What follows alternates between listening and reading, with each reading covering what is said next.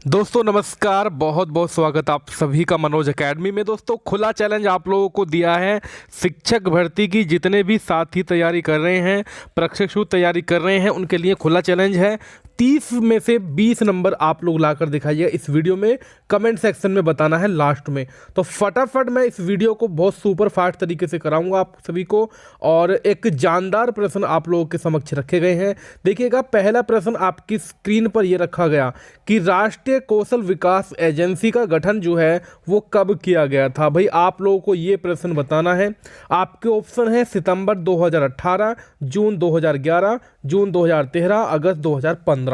तो हमने कहा राष्ट्रीय कौशल विकास एजेंसी। आंसर आपका लगा दीजिए आप लोग फटाक से, और इसका सही आंसर होगा आपका यहाँ पर थर्ड वाला ऑप्शन, जून 2013 में जो है इसका गठन किया गया था। ठीक है, और बात करते हैं प्रश्न संख्या 2 की। किस अनुच्छेद में आहार की पौष्टिकता एवं प्राथमिक स्वरूप का प्रावधान किया गया है? अनुच्छेद 32, अनुच्छेद 45, अनुच्छेद 50, अनुच्छेद 47। तो प्रश्न संख्या आपका 2 आपकी स्क्रीन पर आपका वेट कर रहा है आंसर का। ठीक है, तो अगर आप लोग इस प्रश्न का आंसर बताते हैं तो आपका 2 नंबर यहाँ पर हो जाएंगे, एक पिछले प्रश्न का, एक इस नंबर का। ठीक है, तो इसका आंसर हो जाता है अनुच्छेद 47। दोस्तों भारतीय संविधान की धारा 47 यानी कि 47 में ये प्रावधान है कि सरकार ये निश्चित करेगी कि जो आहार की पौष्टिकता होती है उसमें वृद्धि की जाए। वृद्धि के साथ साथ क्या किया जाए कि सभी का जो जीवन स्तर है उसको ऊपर उठाने का प्रयास किया जाए, ताकि दोस्तों जब ऊपर कैसे उठेगा, जब भाई पौष्टिक भोजन खाएंगे। दोस्तों जैसे कि आप सभी जानते हैं कि माता को जब बच्चा गर्भ में होता है कि माता को अगर पौष्टिक आहार दिया जाएगा तो उसका बच्चे का स्वास्थ्य सही रहता है। ठीक है, अगर दोस्तों जब बच्चे छोटे होते हैं, जैसे प्राथमिक स्तर की बात करेंगे, उनको आप लोग पौष्टिक आहार दोगे तो उनकी वृद्धि और विकास अच्छे से होगा। ठीक है, तो बात करते हैं प्रश्न संख्या 3 की। 3 नंबर आपका कहता है कि भारत की जनसंख्या विश्व की कुल संख्या का कितना परसेंटेज है, कितना प्रतिशत है? तो आपके ऑप्शन आपके समक्ष रखे हुए हैं, आप लोग आराम से पढ़िएगा। और अगर आपको लगता है कि जल्दी आंसर बता रहा हूं, आप लोग वीडियो रोक रोक कर भी आंसर दे सकते हैं। ठीक, बहरहाल आपको चीज़ें समझ में आनी चाहिए। आंसर हो जाएगा इसका पहला ऑप्शन 17.5%।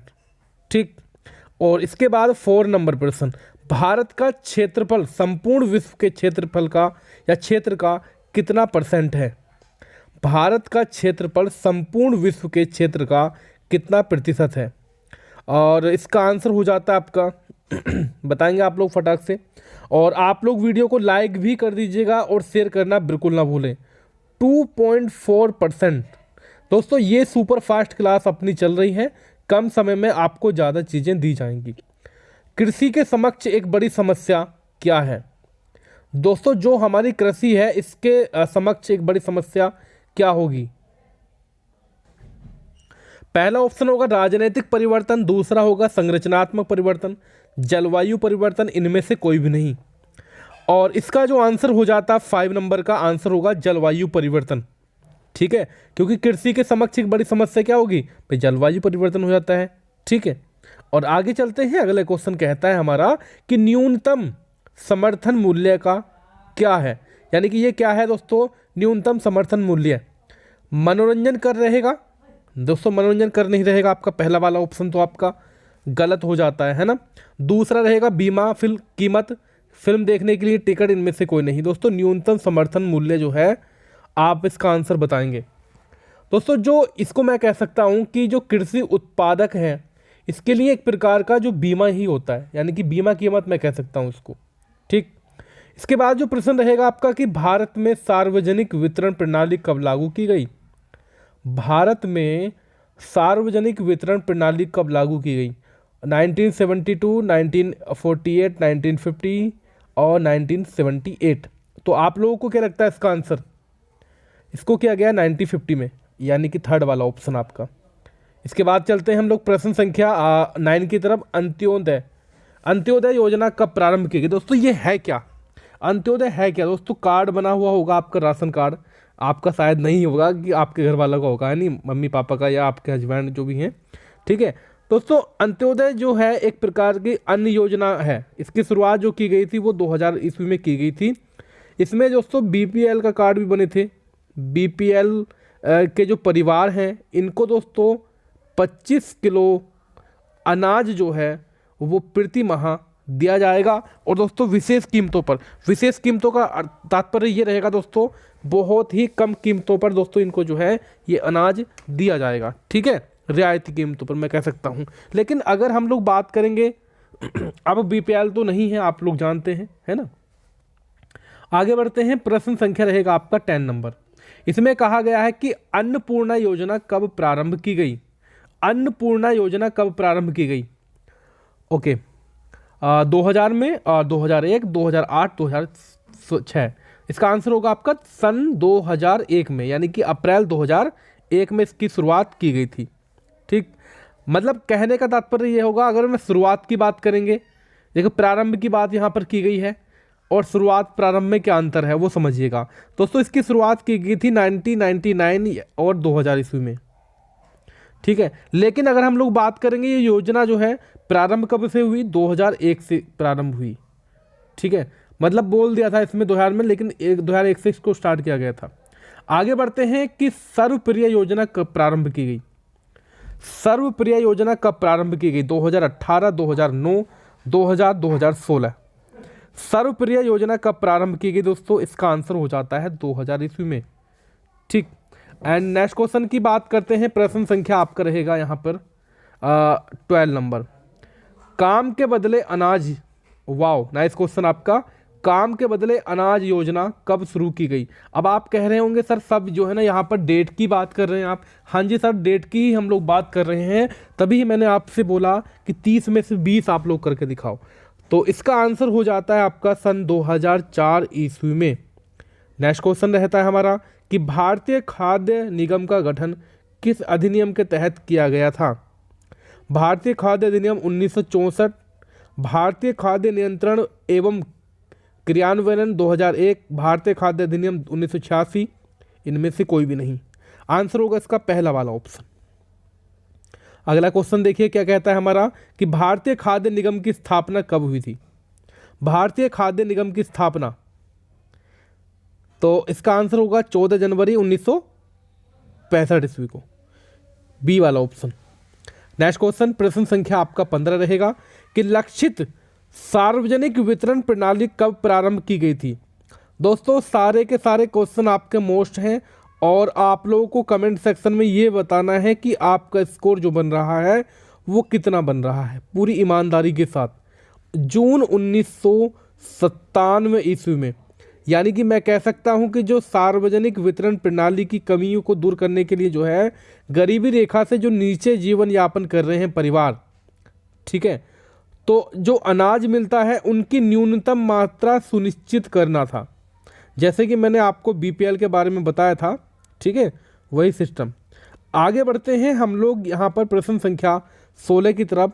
आईसीडीएम विभाग की स्थापना किसके लिए की गई है? आईसीडीएम महिलाओं एवं शिशुओं के कल्याण हेतु, पर्यावरण सुरक्षा हेतु, सेरिब्रल, दोस्तों बाकी ऑप्शन गलत है, केवल पहला ऑप्शन आपका सही हो जाता है। अगला क्वेश्चन कहता है यहाँ पर 17 नंबर, मध्याह्न भोजन यानी कि मिड डे मील कार्यक्रम कब देश के सभी ब्लॉकों में लागू किया गया? यानी कि दोस्तों ये बात जब की नहीं है कि जब से शुरू किया गया, मतलब सभी देश, मतलब देश के सभी ब्लॉकों में। अगर हम लोग बात करेंगे आंसर होगा 1998 ईस्वी में। 1998 ईस्वी में देखिए मध्याह्न भोजन कार्यक्रम को 15 अगस्त 1995 से 1995 में दोस्तों ये प्रारंभ हुआ था। और दोस्तों यहाँ पर जो है 2408 ब्लॉकों में शुरू किया गया था, ठीक है। लेकिन 1997 और 98 में जो है इसको देश के सभी ब्लॉकों में लागू कर दिया गया था, ठीक। इसके बाद जो प्रश्न है आपका 18 नंबर, किस वर्ष मध्याह्न भोजन कार्यक्रम में कक्षा 1 से 8 तक के बच्चों को शामिल किया गया?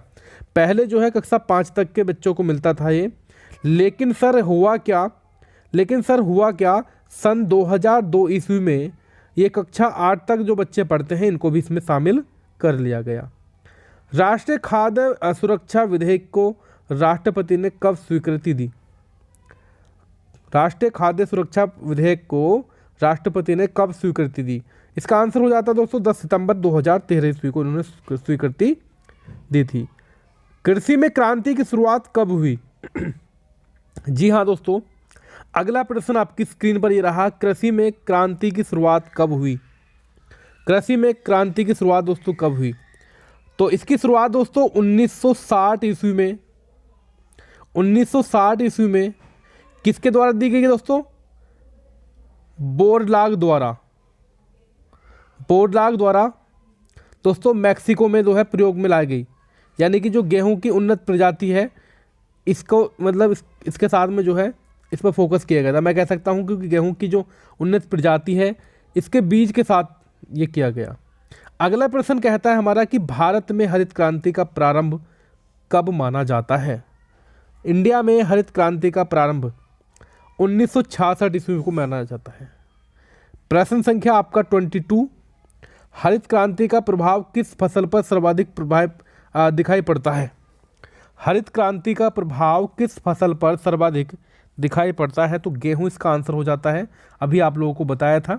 और सबसे पहले किसने द्वितीय हरित क्रांति की बात कही थी? ओके, अटल बिहारी वाजपेयी? नहीं दोस्तों, गलत रहेगा। मनमोहन सिंह? गलत। इसका आंसर होगा APJ अब्दुल कलाम। दोस्तों ये जो है अब्दुल कलाम ने जो है 93